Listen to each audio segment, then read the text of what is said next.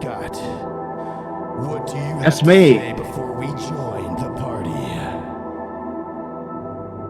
I'm gonna pray for my eternal soul. Hope that I make it through this without embarrassing myself to death. We don't embarrass, we have fun. Let's go. Okay. Check, check. Ball sacks. That might be better. My OBS better? All right. We have fucking done it. We're here. Great Scott. All right. Now we can have a proper introduction. Dave Scott, motherfucker, dude. I love you, man. And thank you again for doing this, doing Friday, being you inside of Somnium Space and just the group, dude.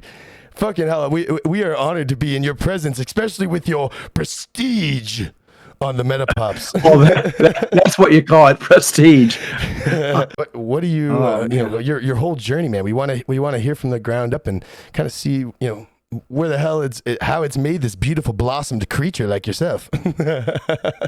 Where am I from? I'm from Cincinnati, Ohio, which is where I am now. I haven't always been in Cincinnati. I spent some time in Colorado, but I moved back to Cincinnati to go to college. But okay, where were we? How did I get started? Well, I was saying, when I was 4 years old, one of my aunts bought me a set of toy drums, and I tore them up in about a week. But that was my introduction to music. I remember that. Cool. And little when I was acoustic kit, just fucking jamming out. Dude, they must have hated the fact that you loved it so much. They did. They were probably glad when I destroyed the drums so they couldn't hear it anymore, you know. The cymbals are warped, the skins are bashed in. Yeah. And how old were And you? then I was 4. 4? Yeah. But, you know, I couldn't actually play. I was just, but that's why your balls are just a swinging toy. a metronome, because you just literally started at 4. Yeah. When I was 12, everybody in the neighborhood got a guitar for some reason. And we started a little band. My dad bought me a guitar, $35. I still play that guitar. You still have that guitar? That's so cool. Yeah, oh, yeah. Yeah, it's around here somewhere. Yeah, I still have that. The Magic Garbage Guitar, it's called. The Magic Garbage Guitar. What? But so I started playing. We played like garages, things like that. You know, what can you do when you're 12 years old? Jam the fuck out with your friends, you know, and have fun. So whose houses were you playing at, or was it your house? Was it your house? The facilitation, is that when you guys started smoking weed? No, we were only 12. Oh, 12. I'm getting a little misconduct. Us South Florida kids are kind of fucked up, Dave. Yeah, well, we didn't even know what weed was yet. We just played in the neighborhood, you know, as far as we could walk or ride our bike. And I did that until everybody else sort of dropped out, you know, lost interest in music. But during high school, when I was 17, I joined another band, and an actual band. We started playing out in all the local clubs and bars and stuff like that. And oh God, playing, you know, cover tunes. Like what was hot back then? Like, do you remember what was like the hottest tracks that you guys were covering? Oh, we played like Black Sabbath, and we played a lot of. Our singer was older, so we did a lot of like slow, mellow ballads, you know, that kind of stuff. Getting people slow dancing, lighters in the air, smooches on the dance floor. Nice. That kind of stuff. And I am Iron Man. That's Techno Raj. Yeah. He knows but we had to imagine that played at very low volume, though, because, you know, we had to play it at low volume. It's like, I am Iron Man. Yeah. But you were filling the space, man. Were you meeting broads and things that way too, slinging around? Like, I'm trying to feel what. By the way, guys, just for you guys to get a little visual here, Dave Scott sent me something just a minute ago, and look at this young stud muffin. Could you imagine this? Oh crap! How do I? I'm still so new to this PC stuff. Oh, here we go. Look at that guy. Look at that stud muffin. He is party animal in it. Look at these recording things in the back. What the hell is this? Oh, yeah. High-tech equipment there, man. What is that? I have an equalizer and everything. That's my little stereo and a turntable. And thousands of cassette tapes. That's so cool. Yeah, it looks almost like No sleep. Yeah, no sleep, and this is why. Yeah, that's why. He's like, what is it, dude? Like, it's so funny, man. You put that stuff in front of somebody today. Even kids these days that are in high school and stuff. If you go put a dial phone, one where you gotta freaking pull the numbers. I mean, shit, I only know how to do it because the movies. So I don't even know if I could do it right, but. But with this kind of shit, it's so cool to look at actual compression, EQ in it, man, and like that's the only way you were doing it back then. What were the plugs? Those are like the little red and black wires that you stick into the little clamps, right? Or what were the wires back then? 'Cause it's not just like quarter inch, quarter inch, yeah, quarter-inch plugs. What I did was how I used to record. I had 2 cassette decks and a little 4-channel mixer. And I would record something on the cassette deck, like a guitar, and I would bounce it over to the other cassette deck. And while I was bouncing, I'd add another track or 2 tracks. Then I'd bounce it back over to the other one. And, of course, the quality would go down as more you bounce the tracks. And also, if you had guitar or bass or something, you'd have to retune every time because no 2 cassette decks are exactly the same speed.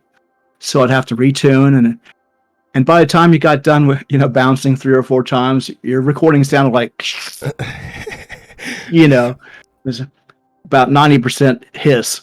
It's just like it's like me getting done with EQ and shit. It's like yeah. Those tracks I uploaded the older ones, Let's the check guitar tracks.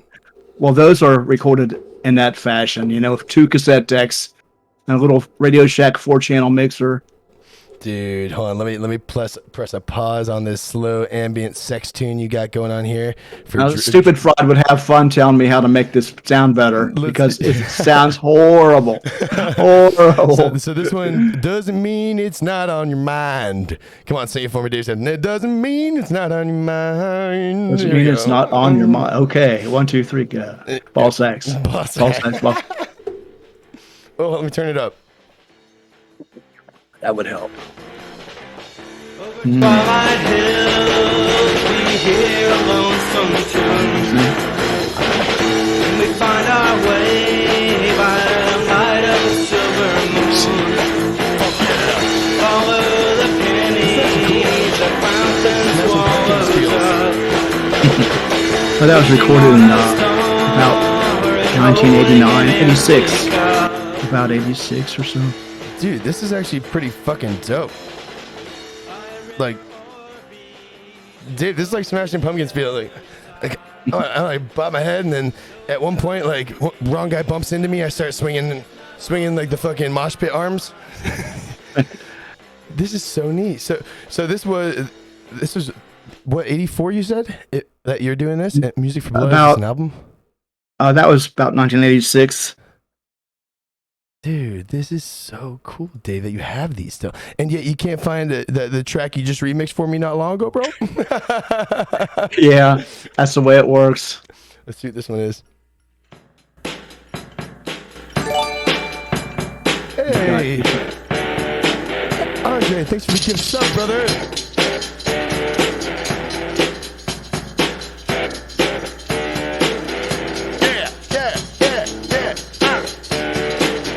It was looking like rain. Is that you, Dave? I was driving It's my all me. car. I'm the only person in the studio. You are You one were man. sleeping in the back. We were enjoying the dark. I could see them ahead. Do you guys hear this silky smooth fucking you're serenading me with that, Mr. Dude, Dave, we should get Brett, since he has RX8, to pull those vocal stems, and just the way they are, it sounds so cool, and we should fucking play with that. Bro, I'm jamming to this track. I'm gonna keep it going. Just have it. Which one? The Music for Blood. Okay. That's about meeting some aliens on the side of the road. Something I'd never seen.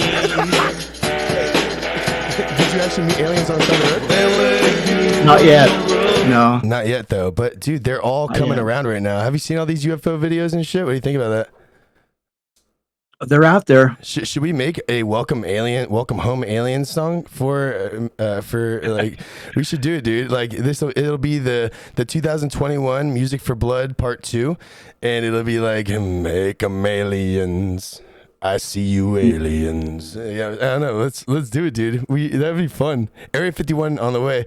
Dude, oh yes. I know Buggle Bastard had some questions, and also big thank you, Andre, for fucking gifting a sub over to Whitenberg, who is monopolizing the Blake Hot's name with t-shirts now. Yeah. I got mine. Dave Scott, I got mine. Straight dude, Dave Scott, we actually have a special surprise for you. Hey, Whitenberg, are you still here, brother? We have a special surprise. Mm-hmm. Let's go. If he's here, let me see. Hey, Cassiano Records. What up, my dog?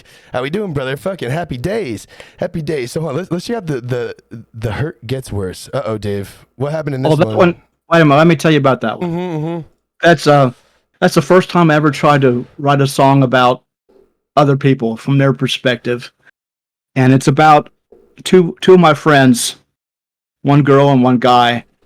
They started dating, and the guy moved out to California and said, I'll send word when I get settled, and you can come out and meet me, come out and live with me when I get settled. Well, that never happened. He just ditched her. So that's what this song's about. It's okay. So Dave, you were writing this and someone else, you were just writing this as a story, or is this someone like a friend that you went through, like or did this happen? Because we've all had this shit happen. Oh, this is what happened to them. To them. And I was okay. I just wrote about it. The hurt that just gets worse. It's kind of corny, but kind of sappy. That's what the heart does, baby. Here we go. Cheers, Dave. She wiped away a tear as she buttoned up her coat. She held a wrinkled envelope that held the words he wrote. Something else cool that we want to show you. Send for you when I'm settled, he said. It sounded like he cared.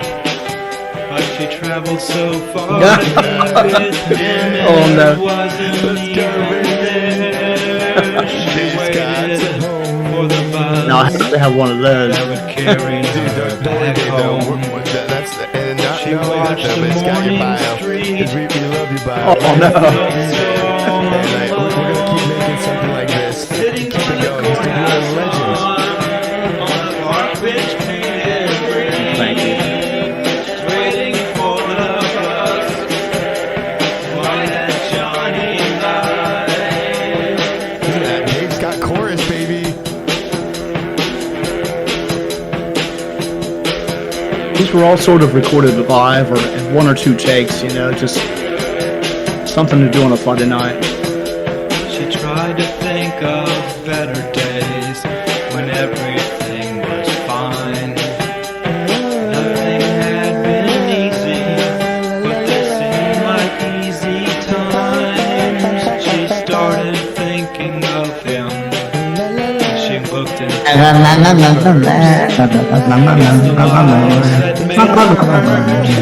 and the hurt was Ruined that song. getting worse. Just sitting on a courthouse lawn, running her own damn business. Just sitting on a courthouse lawn. Sitting on the courthouse lawn, dude. I love Dave's, dude.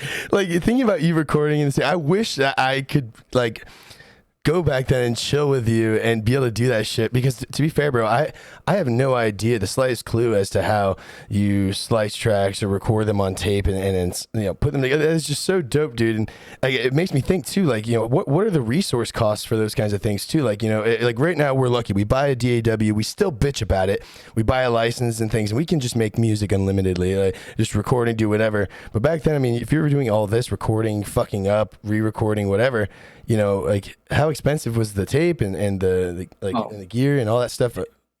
It cost nothing really. I mean, I had a couple cassette decks and my little mixer. I'd get off work and on payday I'd buy a blank cassette. I'd go, oh boy, a whole tape to fill up with tunes, and I'd go home and just start jamming. The tapes cost like, back then, I guess a good one cost about $250 or something like that. 250. But would you run through a tape in a night? Oh yeah, at least. That's what I'm saying. So I mean, so if you're doing that, then you're going and stocking up on $20, $30 a week of tapes, right? Well, I didn't do it every day. Well, okay. It's like a special occasion. Okay, special occasion. Got you. Okay. Yeah. So other times we're just a jam session. Got a quart of beer and you got a blank tape and you're in heaven. You're ready to go. Yeah, got a bag of weed and a bottle of wine. I'ma fuck that bitch just one more time. My friends had the weed. I just had them come by now and then, Yeah, dude. I didn't have my own. I just smoked theirs. Hey, dude, listen, man. You guys were smoking that good Reggie's too, man. I wish I could score some Reggie's nowadays. Like, it's like the kids only got good shit. It's like, dude, I want the cheap shake. Give me the shake in your back. Oh, we didn't have anything good. We had Mexican ragweed. It was terrible. You cough your head off. You have to smoke about 10 bushels of it to get high. My father always talks about Jamaican red. He's like, yeah, it used to be so sticky you wouldn't even have to lick your you lick the paper. It's like, all right, that sounds kind of cool. Sounds good. Yeah, Brambank's got the fucking white girl lined out. Oh, dude, Raj, catch you later, my brother. Thank you for hanging out. My fucking dogs, dude. All right, so we just went through. Hold on, does he have more? Are these more? Oh, I thought those were more of the OGs here. Let's pop on. What track do you want to have in the background, Dave? I don't know. Any of those are just like real soft background kind of stuff. Let's throw some Virus X on. Let's see what's up with that. All right. So when it comes down to new age, so you're playing at bars and clubs. I'm liking that. As you're entering Dave Scott's bar and club exit, what was the next stage in your musical career? Well, when I was in junior high school, it started there. I was about, I guess when I was about 14 or 15, I was in music class, and it's more like music appreciation. It wasn't any playing instruments or anything like that. But our teacher put on a record on his little turntable and said, "Listen to this, kids. This is electronic music." And I listened to it as a bunch of bleeps and bloops and squawks and stuff. And I said, "That's for me. That's my music right there." And so it wasn't until, many years later that I finally built my own synthesizer and stuff and started saving up money for real equipment. It took a while. But building your first synthesizer, like what was your first build like? It was a kit, and a friend and I put it together. It's a Paia, P-A-I-A. They used to make modular kits. P-I what? P-A-I-A. We'll pull this sucker up. Oh, cool. There you go.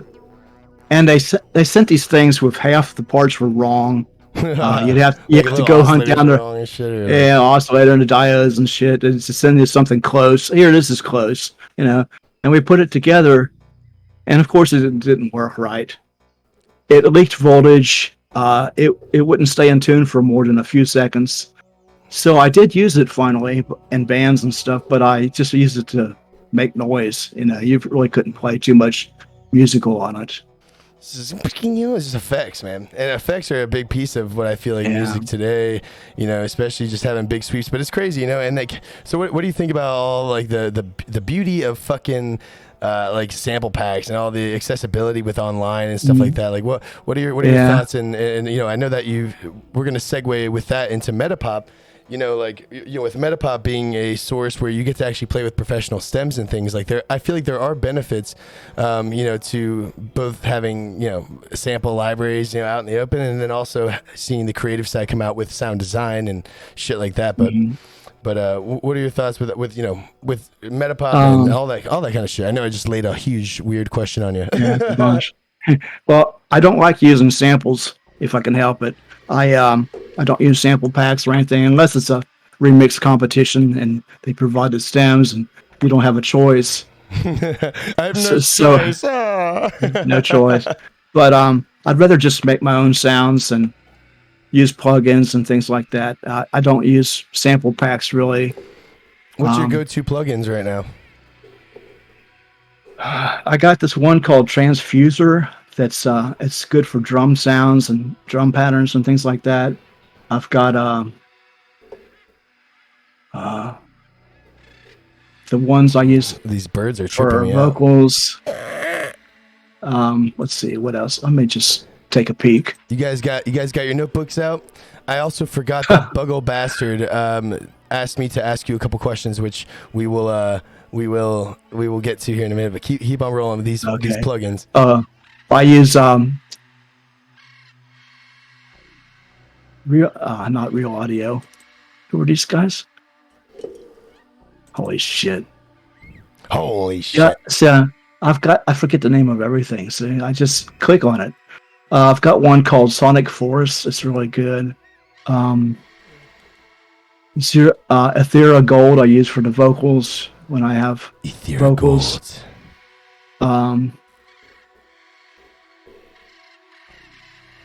Rigid Audio, I like their stuff. I use a lot of Rigid Audio plugins. And a lot of frequalizers, I call them, from Pure Magnetic. Pure Magnetic. They just sort of warp the sounds in fun ways.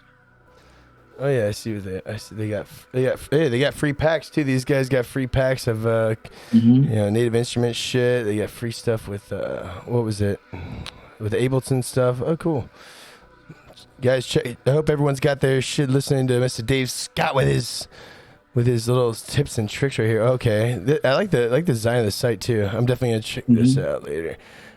All right, words. And so Mr. Buggle Bastard, I know you kind of actually almost touched on this. He was wondering your history into dance music, and which you kind of gave that with the teacher showing you off dance. So they might yeah, but you can keep going with that, and if you want to keep rolling on that. I can tell you about how I got introduced to dance music, actually. Yeah. It wasn't until the middle 90s. I was doing coughing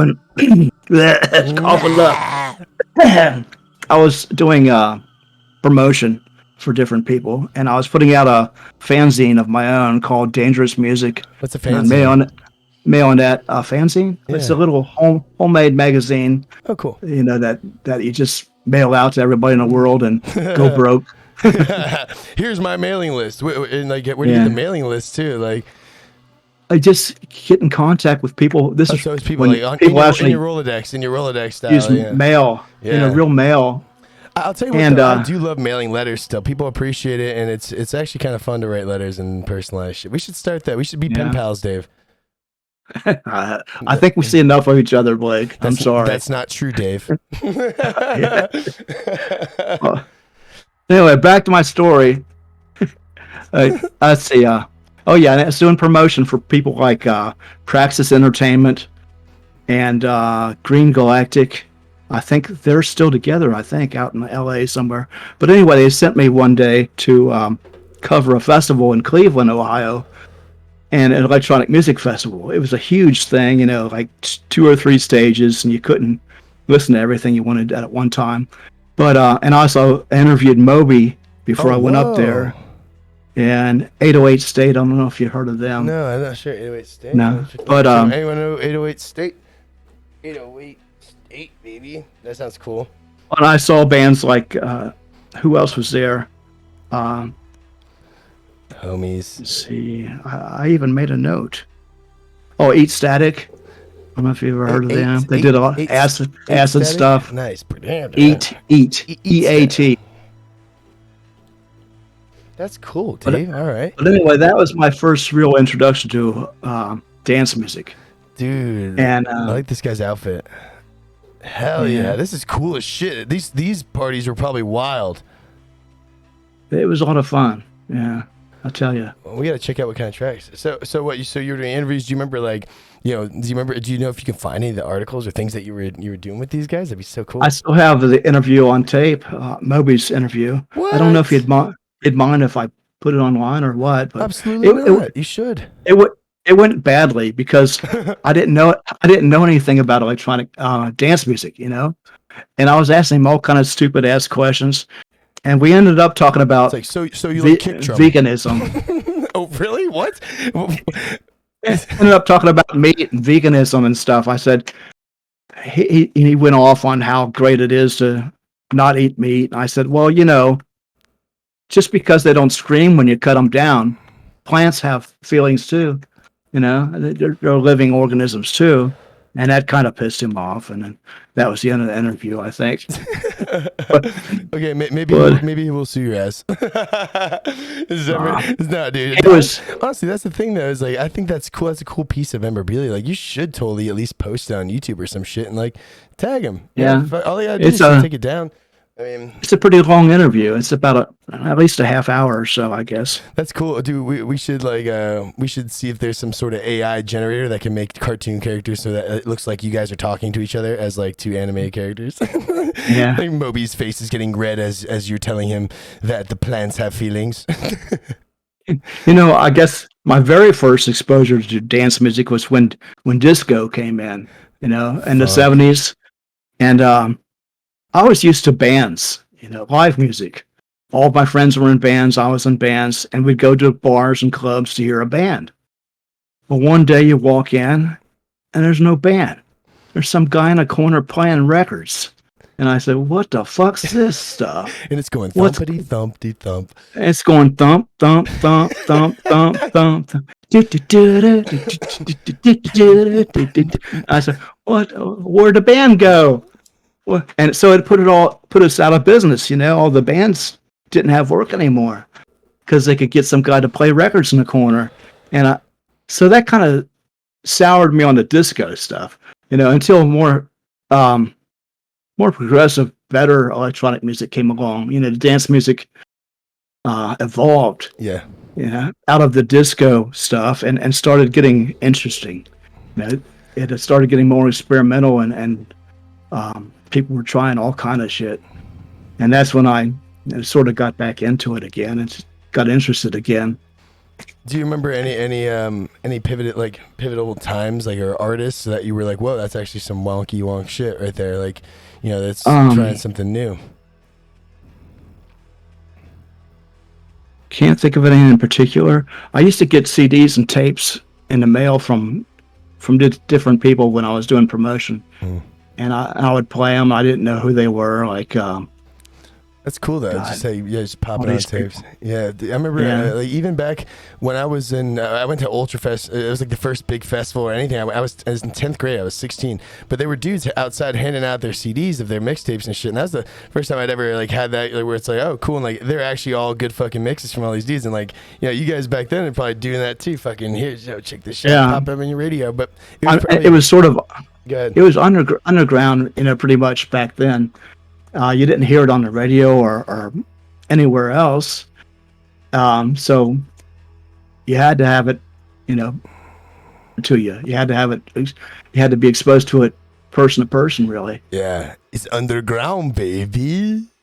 It's the underground. I mean, that's the thing. It's cool with the transitions of dance music and stuff as it's gone to, what was underground. I feel like is almost becoming more mainstream. Even like even just overall. Like my parents listen to dance music. Some of the stuff that we listen to, like you're making tracks, with Darkside, who's making heavy duty dubstep and stuff. Like I feel like as an artist too, you've really just melded as a chameleon, just change, like figuring out a whole style of whatever the fuck you want. I'm still trying to figure it out. And you're on Ableton, right? Yeah. Yeah, and so. I don't know, man. I think that there's a lot to be said about like artists that get outside the box and keep experimenting. Because that's something that I even find myself doing. Is I get locked in my own box of techno, and as much as it's like great to talk about. I want to go try something new. It's like when I sit down to finally make music, I'm like, I want to make a banger. Just fucking. But I admire the way that you really try everything and have tasted the rainbow in a sense. Yeah, I like all kinds of music. I can, if I don't like it, I can at least appreciate the talent and the work that goes into it. And I listen to it sort of objectively, I guess you'd say, because I don't try to say, it doesn't have to be my favorite kind of music for me to enjoy it in a way. Yeah, and that's something that I think Metapop is great and has done for me though, has rounded my ear, and it's cool that that's just how you're born and bred. You're a music machine, man. And started at 4, baby, doing that from drums all the way up to Mr. Dave Scott leading as the Lord Woofer in the Hots house, the man, the fucking man. And guys, this is something that I really want everybody to, I encourage everybody to collaborate and meet everybody, because each individual in this group has story like this, and like it's so cool to be able to take the time with you, Dave, to be able to like hear more about your upbringing. Dude, this song is tripping me the fuck out. I'm having hold on. What are you listening to? I was listening to Virus X Contagion. Okay. Dude, and like it's like and I feel like I'm talking like through a music scene, like, oh my god, like that was trippy as fuck. All right, but what I'm trying to say is that it's so cool to hear this whole journey that you've had, because it just shows you the depth that each individual has inside the group, and I encourage everybody to reach out, collab, learn from one another, because there's so much to be learned, and we all perceive it and have developed our own style based on our experiences and time, and we have so much to share, and it's so fucking cool to be able to be here listening to Dave Scott's tracks all the way from '86 to see how it's evolved into like even this stuff that we've had in the background that is environmental. That's still pretty old stuff. This is old stuff too? Yeah, it's let's see what Panic, Virus X Panic. About 1990 or something like that. Let's go to your Metapop thing. So what's your deal with Metapop? How do you feel about these motherfuckers? I love Metapop. Right. I don't care for the competitions too much anymore, but I don't think they're fair. You think they're rigged? To tell you the truth. Is it rigged? Well, I think, yeah, well, I'm not going to say, but it's something 563 tracks. Something fishy about it. Well, I mean, I'll tell you exactly what the fuck's going on. Probably it's that it's out of Metapop's hands for most of this shit. These artists are coming in, and if Metapop's doing a gifting thing, I like the fact that they randomize the choosing. Do I think they fully randomize it? No, but they can do whatever the fuck they want. But the thing is that it's cool when they do randomize it, because when they gift a contact instrument or something like that, if it's randomized, it's possibly going to somebody who's just starting and wouldn't have maybe bought that or wouldn't have had the opportunity, doesn't have the money to. And like that's the one reason why I do love the competitions. But on the flip side, with these big artists doing these big fucking prizes and shit, there's definitely some inside dealings. Oh yeah. It's like it's fucked up. What happens is they just they tell their friends, and their colleagues to upload a track. Mm-hmm. Just upload your track. Hey, Jeremy, I'll choose you. Yeah, I'll choose you. Yeah, it's like, dude, I always, and like, it's funny. I looked back at all of my first Metapop remix submissions, just listening. It's like when I first started doing this, and I always would go and listen to the once I started doing like the listens, I'd go and listen to the winners, and I'd always say, why the fuck is first place always worse than second place? This is so weird. And like it's consistent across, and I'm like, how do I, and then I started making up excuses for them, like, oh, maybe it's something that they're perceiving, they're trying to go for the certain, it's like, no, fuck that, it's an inside job. And like, but the bottom line is, it's still kind of dope that this all gets organized and we get to do it for free and get these professional sounds. Oh yeah. And meet people like yourself, because that is the most amazing thing that they've done, is they create a community that has almost nurtured itself. You know what I mean? Like I don't think the I've met a lot of good people there. Exactly. It's just everybody in the community is amazing. Like look at all the homies we've got here. We've got Tallow, Zemmerts, Whitenberg, No Comply, fucking Four Qua. What up, my G? Andre, dude, Bugglebat. Like every single one of these names we're looking at here, everyone is from Metapop. And I love that, bro. And like they really have. And the competitions are still fun. They're a lot of fun, and I don't care if I ever win anything. I've entered over 200 of those competitions, and I never won a thing. I don't care. It's just a lot of good practice. It's gone. Yeah. I've had a lot of good practice and met a lot of people, and it's just been fun. You got this one right here. Get that. We're gonna pop on you. I Want You Right Now. Uh-oh. This is one of his hip hop tracks. In the background. Oh yeah. Sort of. Yeah. This is like Oh yeah, the competition is challenging yourself. It is damn true. Your net worth is your net worth is your network, baby. Damn straight. And I gotta say, we're in multiple different currencies, and we even got a household currency, the Hotsbucks. Actually, Dave Scott currently is the richest Hotsbuck man around. He's got 100 Hotsbucks in his wallet, and I want to tell you why. Because Dave Scott is the fucking man, and I seriously appreciate the shit out of this guy. And you know, I thank you, Dave, for always being you, man. Oh, you're welcome. And that's it. Bugold wanted to hear a couple stories. I got a couple stories for you. Want to hear them? Yes. Okay. When I was playing, I got so many different periods I was playing. I was playing in rock bands for 20 years, and I quit that. And then in college, I joined a band called the Lunch Buddies. It was sort of a goofy, Buddies. Yeah, a nerdy art school band, and we'd play any place, any place they let us play. And we used to play at this club in Newport, Kentucky called the Jockey Club, and it was a hardcore punk place. People like Black Flag and Misfits, Dead Kennedys. No way. I ain't no goddamn son of a bitch. Those kind of bands played there, and there's just like a constant mosh pit. It was filthy as hell. Yes. And but the sound system was pretty good. But anyway, we were playing there one night, and we were one of the first non-punk bands to play. So we were heckled all night. There was a few guys sitting up front yelling all kind of shit at us and everything. And I was singing this one song, a Wild Thing, by the Trogs. Wild Thing. Make my heart sing. Well, and these guys were just yelling and yelling and yelling, and in one of the in-between parts, it was dun dun dun dun, and I said, "Yeah, fuck you too."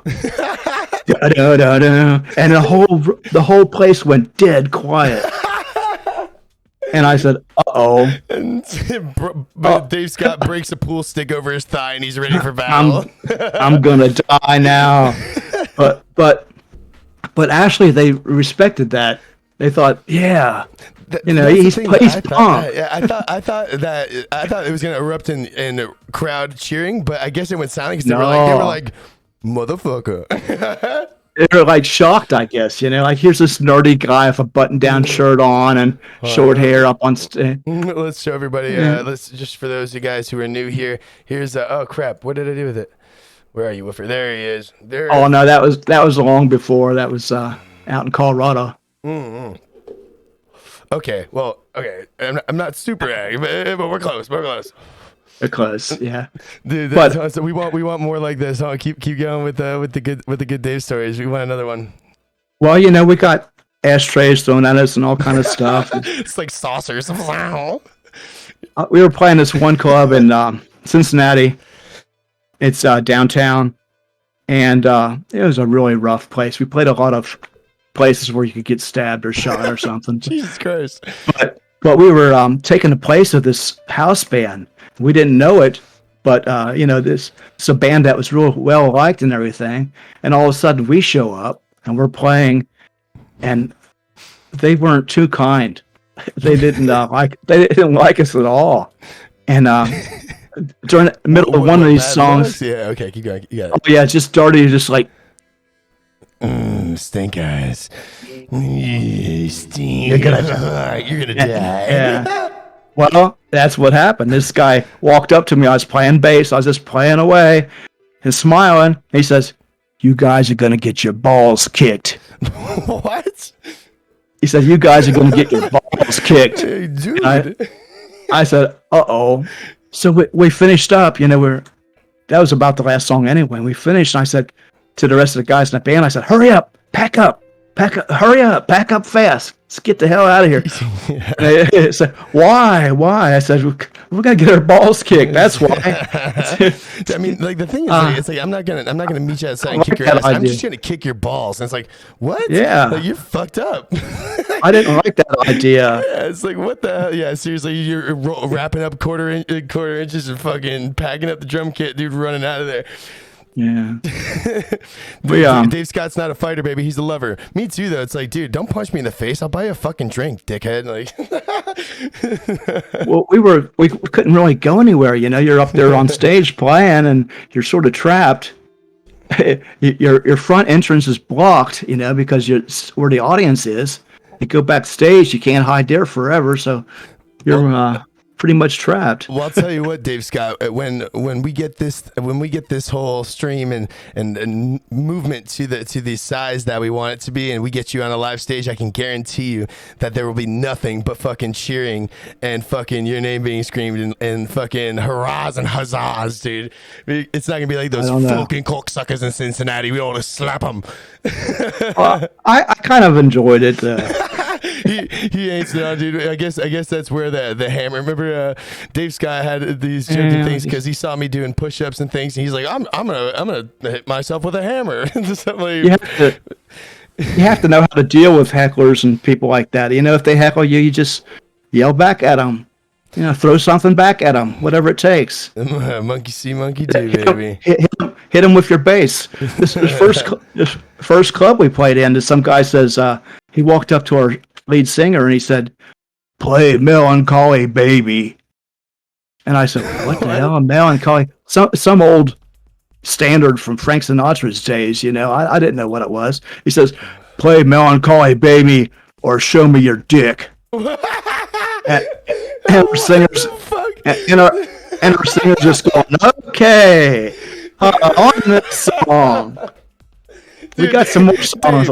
Dude, are you sure? Dude, you must have like a bulge going on or something, because the guy wants to kick you in the balls. The guy wants to see your cock. What's going on here, Dave Scott? Are you tripping balls while you're doing these shows and people are talking about your winky or what? No. He said this. He said this to our lead singer. Or show me your cock. No, that was our lead singer. He said that too. That's so fucking funny, dude. Yo, you guys. What was your band name again? Oh, that band was called Dugan's Gap. That was the first band I was in. Dugan's Gap's got a big filler. Yeah. We went on break one time. We came back and the whole place was tore up. The pool table was torn to pieces. Toilet paper all over the place. Pool sticks. Oh yeah, there's always fights. But fortunately, we missed this one. And everything was torn up. I said, just let's get paid to get the hell out of here. That's what it usually was like. It's like, let's just play our tunes, get paid, and get out of here while we're still alive. Shit. Well, the thing is, when you're doing live shows too, man, you're not even getting paid to play. You're getting paid to move your shit. Oh, that's another thing. It's the worst. Moving all that shit. I had an amp I called the Bear. It was about a 10-ton bass cabinet. Yeah. It was, exactly. It was the size of a refrigerator. And I was bringing it home one night. I was coming down the steps with it, and I tripped. And that damn bear fell on my head. I fell down the steps, and the amp came down on top of me. I said, I got to get a smaller amplifier. That's all there is to it. And then with the might of God, you rose up and placed it down with one hand. I said, shit on you, bass amp. I'm getting a new bass amp. Yeah, right. They make them double better and half the size. That's right. That's what I got. Yeah, literally a head insurance, dude. Cranial accessory insurance. Dude, definitely got to have a hard noggin being a roadie, man. My father was he did a band. We used to call them the Clark Kents, and they had some gigs in like local bars. But I'd play with them at home at the house because I had a little drum set as well. And dude, I gotta say, helping him move that shit, I was like, fuck, like, Dad, it's not fun, this is rough. And he's got the keyboard. He's bringing a fan. He's bringing his amp and his cue, and like, I was like, dude, like. And he's bringing like multiple keys. He had like a Korg Triton 88, which I used to have next to me, and then this Roland, and like it's like, dude, these things are fucking heavy too. They're in their carrying cases. Oh yeah. Oh my god, things are 90 pounds. Like it's. Try carrying a Hammond B3 organ and 2 Leslie speakers. About 5 tons. Hammond B3. Okay. Dude. There's one right.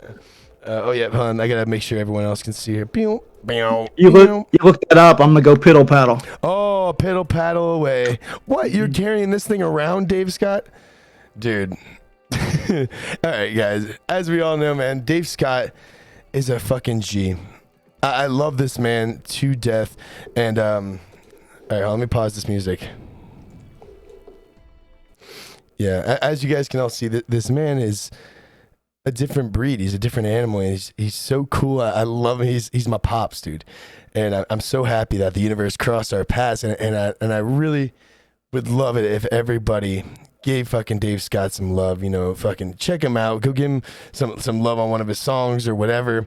You know, we're gonna be doing a fundraiser here because I really want to get him a VR headset because I want to do that. And so with that, I'm going to be doing these NFT releases with a couple other organizations as well. And one of them is going to be like some OG things from the Hots House, like, you know, all the OG bugs with the, you know, with some music to it, like, you know, the entrance to like Sunday Submissions and the beat offs and Monday Metapop and things like that. But my goal is to be able to get Dave Scott a sick VR headset because, man, out of everybody inside of our whole crew, the oldest man in our crew is the most up to date with what is the VR shit, and I think that is something so cool. And with that said, we'll go back to listening to music. Dave Scott's here, baby. What up? Am I talking too much? No, you're not. And dude, I love that we fixed the latency problem, bro, because that was like that was such a funny thing always. So it'd be like we'd be like 4 conversations ahead, and Dave Skype be like, "No way," and we're like, "What are you saying, Dave?" It's like, I know. What are you talking about? But dude, we found out what it was. It was that, guys, our boy Dave Scott knows more about the internet than I do. He had a VPN on his computer. I don't even know what the fuck that is, but he's tracing himself out to Russia so people can't find out all the crazy music shit he's downloading. Detroit, actually. Oh, so he's literally just moving states. I love it. My man, dude. Hey, cheers again. Yo, guys, big cheers to everybody that's hanging out and doing this with us. I love it. We just hit an hour mark. Dave Scott, do you think your computer would be able to handle you doing some music creation or something like that? Or is there anything that you wish that you could do, or anything like that? I'm not good at live music creation. I feel you. I play around too much. I start out too, and I'll just lay down a drum track or something and just jam to it for a while. Yep. And then start playing around with that and saying, "Oh, this would sound good with that. Maybe and I'll try that." And you know, a keyboard sound will change into something else or whatever. It's a lot of trial and error, and a lot of experimentation. Yeah, I feel you. I mean, even I feel the same way when I create, like, even during the beat challenges, even though like no one's really watching me and like everyone's making music as well. I too, like, you know, just I can't get in the zone right when I'm doing it live like that. It's like I just want to be in my corner, in my space. It's like somebody's looking over your shoulder going, what you doing? Dude, yeah, watch. Like, it's like, yeah, someone's seeing you watch porn or what something. you doing? Yeah. Dude, my dad. What's that? He literally. What's that plug in? Yeah, Wait, what's that? Or like, hey, where do I upload? That's not the way you're supposed to do it, dumbass. Dude, it really is true though. Like even collabing with tracks, it's you know, not up even until recently. I feel that since satellite and things like that, it's made things so much easier. With you used satellite, right? The application for collaboration, the application for collaboration. No. Oh, dude. So Satellite is that app from Mixed and Key that we've all been using to basically send each other stems, and it's a cloud based. Wow, Tallow hasn't heard of it either. One moment, boys and girls. We're gonna go. I know what it is, but I've got too many apps already. Oh, Dave Scott. I do. Scott. I've got a book of passwords, 20,000 accounts. I can't remember. Yeah, I feel that. I'm trying to slim down. I'm trying to cut back. Man, I'll tell you, like, that is one thing, that passwords and all that shit. And then also you've got now a MetaMask 15-word seed phrase. Yeah. So I'm making things way more complicated for you. But Dave, you're adapting, baby. You're evolving. I'm trying my best to keep up with you guys. This is I'm not a young whippersnapper anymore, and my brain doesn't work as fast as it used to. Dave Scott, your brain, the way it's working right now, is working fast as fucking, changing and doing new things, baby. I think that you, my friend, are connected with the third eye energy. Well, I'd like to say one thing is, you guys are the first people who've ever actually listened to my music. I mean, actually listened to it, like a way a musician listens to music. I could force friends to listen to some tracks sometimes, and they'd kind of start talking about the weather or looking out the window or something. You know how you say, "Hey, listen to this," and you start playing it, and they start playing off their phone or something. But you guys know what it's like, and you actually listen to the music, and that means a lot to me. Yeah, man, it's such a pleasure to be that, and I'm so happy that how this whole thing started, because when you say that, Dave, it's funny. I haven't even thought about it that way either, but it is true. Even I think that goes for most of us, myself included. The only place that people have ever really listened or whatever is from this crew, and that is so special in itself, and that's where it all begins too, because as a crew. This is something that I've over time wanted, but it's very tough to get in sync, especially when I'm not very organized. Is like, all of us want the same thing, for more people to hear our music and to be able to be inspired and share and dance and whatever it is, feel the emotion. And the thing is that none of us do what none of us really do well is social media sharing of each other and a circle effect, because that's really how we would reach our potential audiences, is through all that connectivity. And I really think that should be something that we all try to improve on, is listening and then sharing each other's tracks, and because it's such a beautiful thing about being an artist, and it is helping out your community, and it comes back tenfold, which is, Blake not organized. Yeah, hold on, yeah, listen. Hold on. Whitenberg's asking a question to see how old you are, Dave Scott. He's obviously 42. Okay. Oh no, I won't. I don't mind. I'm 67. My man, 67 years old, doing VR Somnium Space. My fucking man is a legend, dude. And like that, like I said, he is just a living example of a creator just trying new things. Dave, you know what's really cool too, man? And this is actually what sold me on Somnium Space, is that they're going to have a live forever function. So essentially, within your parcel, it records your data, and in the future, it's supposed to be, however much time you really put into this, it can recreate you. And so think about that, brother. If there's one person that like, it was like my father and stuff, I want to get time in there. But dude, think about it. We forever will be chilling in the Hots house, heckling people forever. Maybe what happens if your avatar turns into a serial killer or a psycho? That's pretty cool. If it's evolved into something terrible. As long as I grow bat wings. Okay.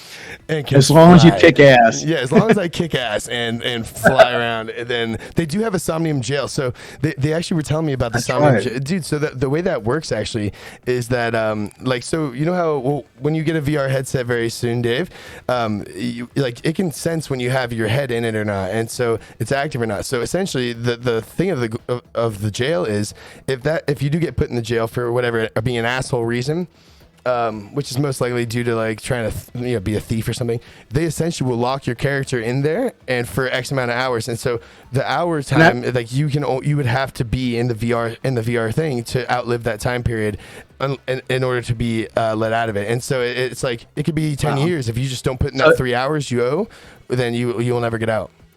Is that active right now? Yes. The jail? Yep. Oh, I didn't know that. Well, I've been a good boy. Oh, dude. I'm okay. Yeah. There's. I think there was one person put in there, and I think it was because they acted like I think this is a true story, but I know it happens all the time with teleporters and shit too.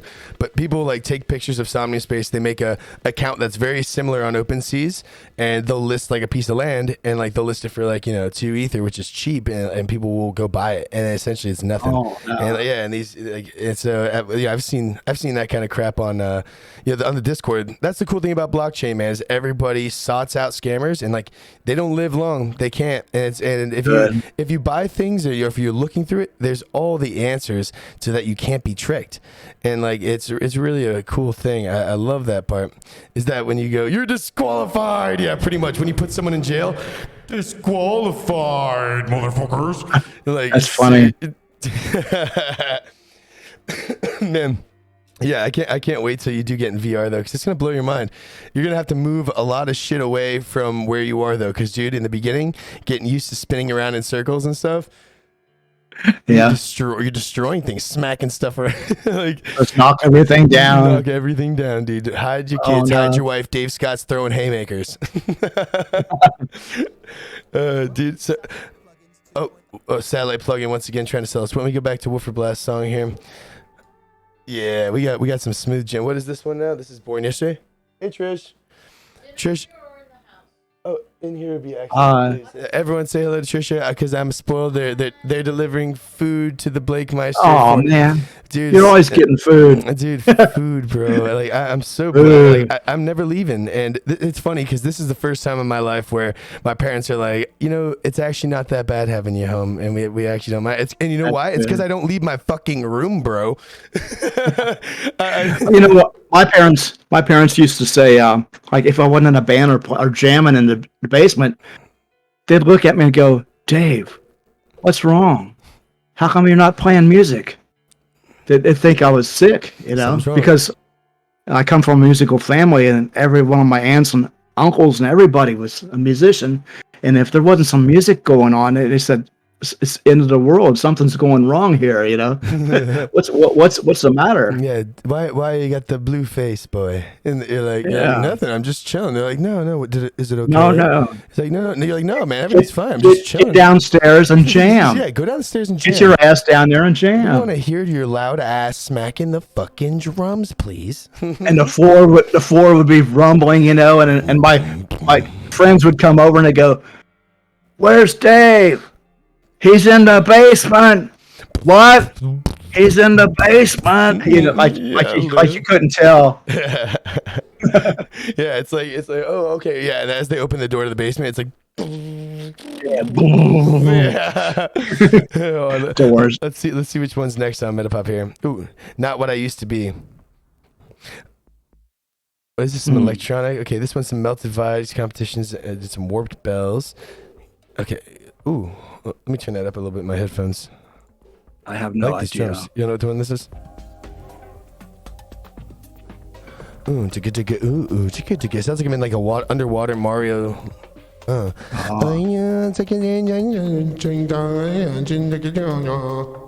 Actually, it's kind of cool. Hold on. So, guys, as we all know, we have a Monday Metapop, which I have not gotten started on yet, but it's the 37,000 feet, and Dave Scott has already done it. And Do you want me to do it again? Want me to do a new one? brother, if you want to do it again, I do love these stems. I downloaded them last night, and man, they are silk. Dave, if you want to do it again, you're more than welcome, brother. Like, I'll try to do a new one. Awesome. And guys, tomorrow we actually have a beat off challenge.